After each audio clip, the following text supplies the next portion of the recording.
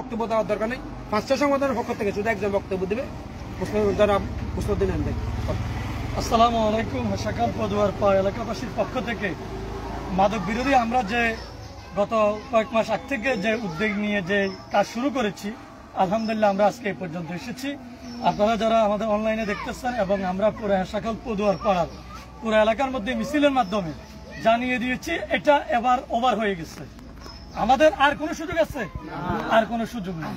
কারণ আমরা আমাদের যারা আজকে মিছিলে উপস্থিত ছিল তারা মিছিলের মাধ্যমে জানিয়ে দিয়েছে যে আমাদের পরবর্তী অ্যাকশনটা কি। এটা আমি আশা করবো এখানে সংখ্যায় যারা এখানে আছে আমাদের আত্মীয় স্বজন বা যদি কোনো পাড়া প্রতিবেশী বা এই নিজেদের মধ্যে যদি কেউ এখানে থাকে আমরা তাদেরকে জানিয়ে দিব আজকের পর থেকে আর কোনো সুযোগ নেই, আর কোনো সুযোগ নেই। মাদক আমাদের হাসাকাল পদুয়ার এরিয়াতে মাদকের বিরুদ্ধে আমরা সবাই সংঘবদ্ধ হয়েছি। আমাদের জিরো টলারেন্স, আমরা জিরো টলারেন্সটা আমরা ধরে রাখবো। আমরা সবাই ঐক্যবদ্ধ। যাই হোক, আমাদের টাইম হয়ে গেছে। আমরা এখান থেকে সবাই ঈদগাহ মাদ্রাসার এখানে যাব। আপনারা জানেন আমাদের অলরেডি এটা নির্মূলের জন্য আমরা একটা কমিটি করছি। এই কমিটির মাধ্যমে আমাদের এই কার্যক্রম আরো ভবিষ্যতে আরো যেসব কার্যক্রম করার দরকার তারা করবে। আমরা সংঘবদ্ধভাবে আমরা সবাই এদেরকে সহযোগিতা করব এবং আমাদের একটাই টার্গেট যে আমাদের আশা করা তো মাদক মুক্ত আমরা করেই ছাড়বো। রেমেডি যুদ্ধের পক্ষ থেকে আমরা যারা একটা ব্যবস্থা আছে সব মিলে আমরা সবাই প্রত্যেক জন সচেতন ব্যক্তি দিন উনি মূল আলোচনাটা মাদ্রাসা হবে।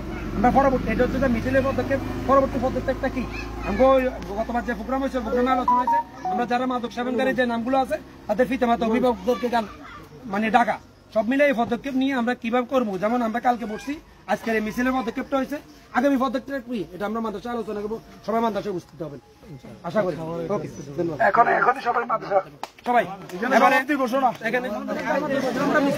আপনারা যারা আমাদেরকে অনলাইনে আমাদের সাথে সংযুক্ত হয়েছেন, যারা আমাদেরকে অনলাইনে দেখছেন, আপনারা জেনে খুশি হবেন যে আমরা আজকে পদুয়ারপাড়া রফিক মোল্লার দোকানের সামনে থেকে আমরা একটা র্যালি বের করে আমরা চলে গেছি হাসাকাল উত্তরপাড়া, যেটাকে আমরা মাছানি বাড়ি বললে অনেকেই চেনে, ওইখানে আমরা চলে গেছি। তারপরে আমরা কুরকুটা হয়ে নতুন যে একটা রোড হয়েছিল ওই রোড দিয়ে আমরা ঘুরে কেয়ার রাস্তা দিয়ে ঘুরে হাসাকাল পদুয়ারপাড়া ভিতরে পশ্চিম পাড়ার ভিতরে